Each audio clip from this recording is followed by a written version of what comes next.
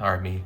It is Black Friday, actually, and I've just finished reading Spiral, which is the fifth book in the Tunnel series. And I started to mention it. When I talked about the last book, but there's this change of genre that happens, right? And I found that I enjoyed this book way more when I stopped. I didn't read for like 3 days. I said, look, I'm going to read this like it is the script for a terrible 80s action movie. And then picked it up again. And it was way more enjoyable reading it like that than it was reading it as like a, middle school, early high school, chose of one story. Because we passed the point of jumping the shark to where we are fully committed into this James Bond world in which everyone everywhere has all these secret hidden talents, and it just so happens that Will and Chester have stumbled into this. So yeah, it is no longer the series that I expected it to be, or was predicted from the first two books. However, it's certainly a change. It is certainly a change. It's weird to think that 5 books ago, this was a kind of a grimy piece that was two kids digging away and stumbling upon a secret society. And then the next really 2 books, we have vast, vivid descriptions of eating insects and spiders and horrible things and just the grime of everything. And then these past 2 books, this one especially, has been, oh yeah, now we're up in 5-star hotels and everything's great, everything's fantastic, and look how great, grand, and wonderful everything is, right? And it feels so much like this comes from my very limited knowledge of some of the history of these books, as well as some of the acknowledgements that get mentioned every once in a while. And there's an acknowledgement in the last book, I should say, in the next book, Terminal, which I did look at just because I was curious. And in there, Roger Gordon's mentioned something like, hey, you promised us a book deal, or promised us a movie deal. Where's the movie? What it really feels like is these past 2 books, and I assume the Terminal, the last book, feels so much more written for a direct movie adaptation, in which we are so much more focused on the coolness and like having these really cool, awesome action scenes that are like way more for like a teenage action movie, right? And it's so wild to see that change of where like the first 2 books were really just like so dark and grimy, and like everything's in shadows, and like they're basically living off of a fucking flashlight. And then you to these 2 books, and it's on this cover, and that's why I was laughing when I first really actually looked at this cover. But that's a Bugatti Veyron right there. And they specifically mention Bugatti Veyron as the Rebecca twins are driving them, or that there's Ferraris that the Sticks own. And it's just so wild. It's just so. Oh, in the last book there was the Aston Martin that Eddie drove around, right? And it's just so far gone from what I feel like was initially written, that we really have just completely dropped ourselves into with the same characters, but a very different book and very different story. So yeah, that's that. God, the book itself, like I mentioned, right? It's way more enjoyable to read this and view this as like an 80s action movie than it is, any other type of book or any other type of like envisionment of the world that they live in now. So I just keep that in the back of your mind, I guess, as you go through this. The acknowledgements in this book are actually contain a really interesting piece, which is that Roger Gordon mentions that, was it the plot of this book or the plot of the last book? Let's take a look.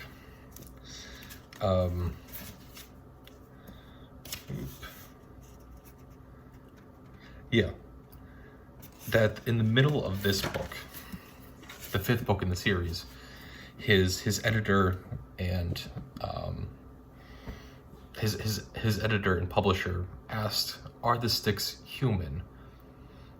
And that's why, a huge chunk of this specific book is written in the way that it is because it's designed to kind of more explain some of the background of the sticks and what kind of ends up happening here, which is like the idea that the sticks are like a parasite, effectively. However, I thought it was made pretty clear from like the very first introduction of the sticks that they weren't human. They were humanoid, but they weren't human. And I thought that was pretty clear from when we first met them. So I find it very interesting that your author didn't really think about it or didn't really know about it, even though like I feel like you have this entire background been setting up in which you said that there's humans that are living below the crust of the earth, but also that there's this other race of people that are the sticks, and that there's this other group of people that are not the same, and any sort of connection between the two of them is verboten, right? And so like I thought all this was just implications that the sticks were part of this ancient race of people that gets alluded to in other parts and are just like descendants of them, but like indirectly descendants of them maybe. But like we're in the middle of the 5th book out of 6, and we're just now figuring out and just not realizing that the main bad guys in all of this aren't human. So yeah, that's that. Speaking of the sticks, the other I think major takeaway that comes from this, or there's two more I should say. The first one is about the sticks, the second one's about Elliot, is you have the sticks and the way that they breed in parasitically, right?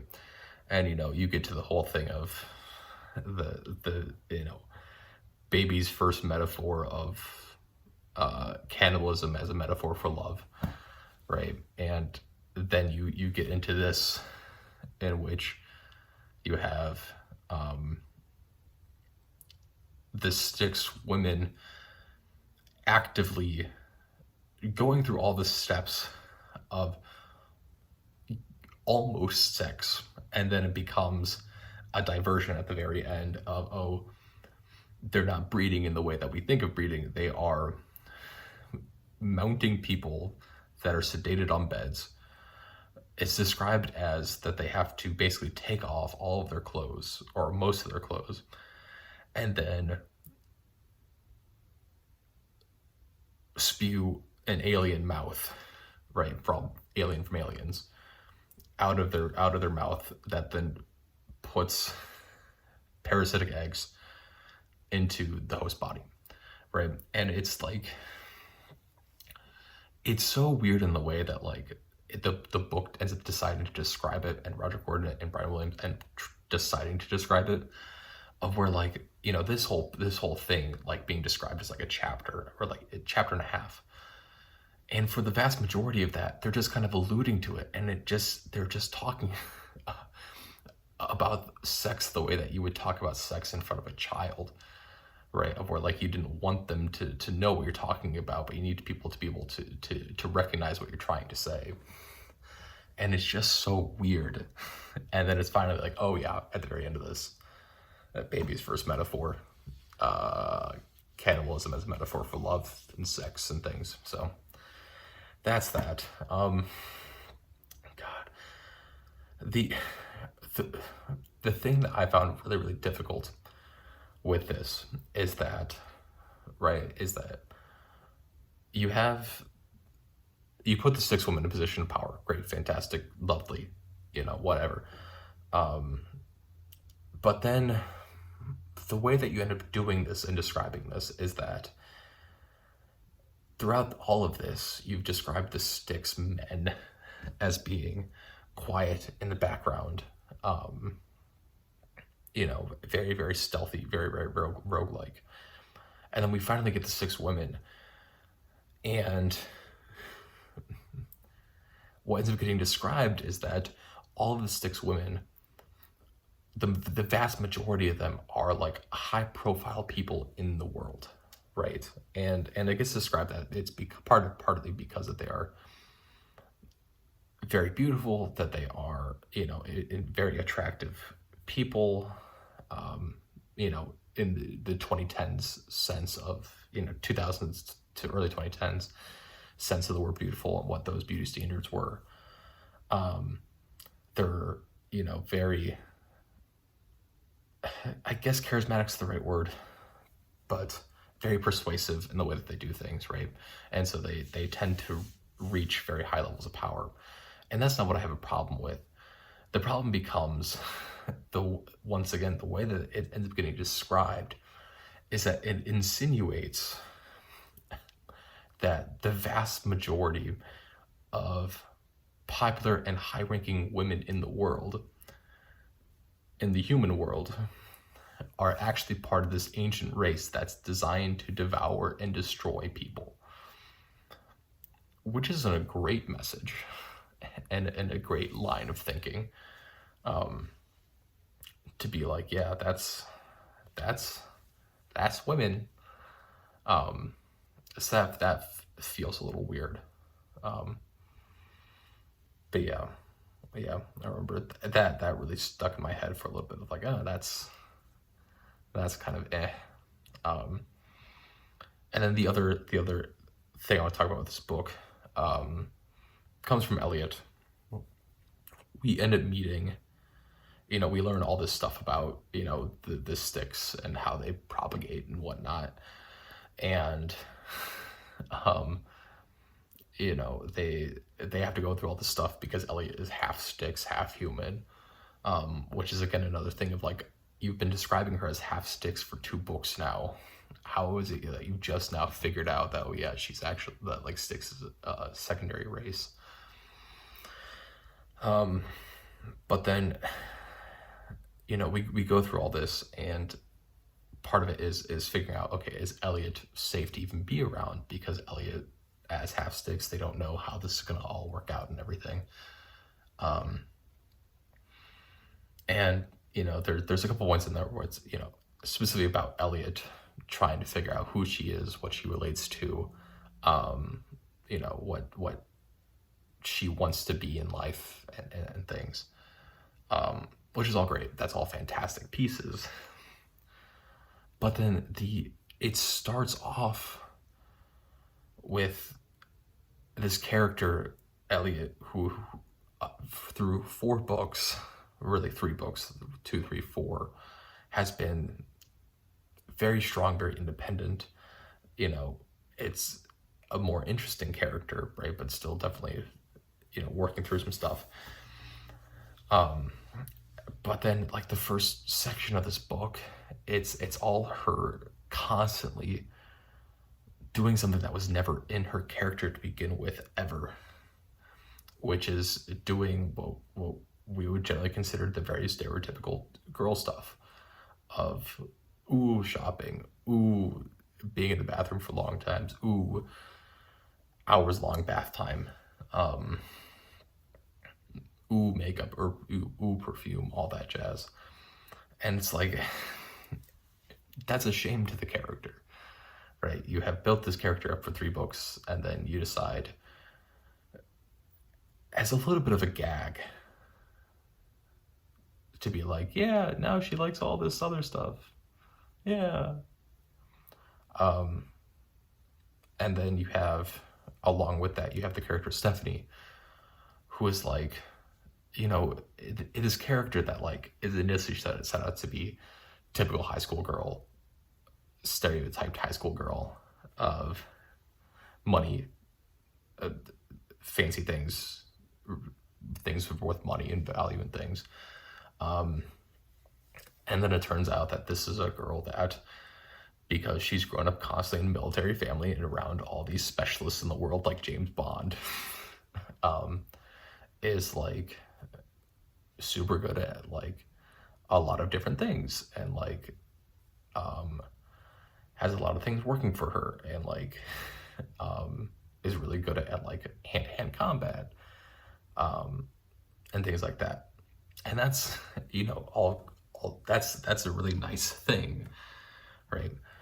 But like, once again, it doesn't seem to fit in line with like what I think the messaging is trying to get at, which is like, yeah, just, you're allowed to be proud of who you are and like what you look like, that you don't have to look like in a very specific way. But at the same time, then you have this other character that you introduce, who is the proud to be who they are and everything that they are, but they're perfect in every way, right? And it's the same thing with like, Drake, and with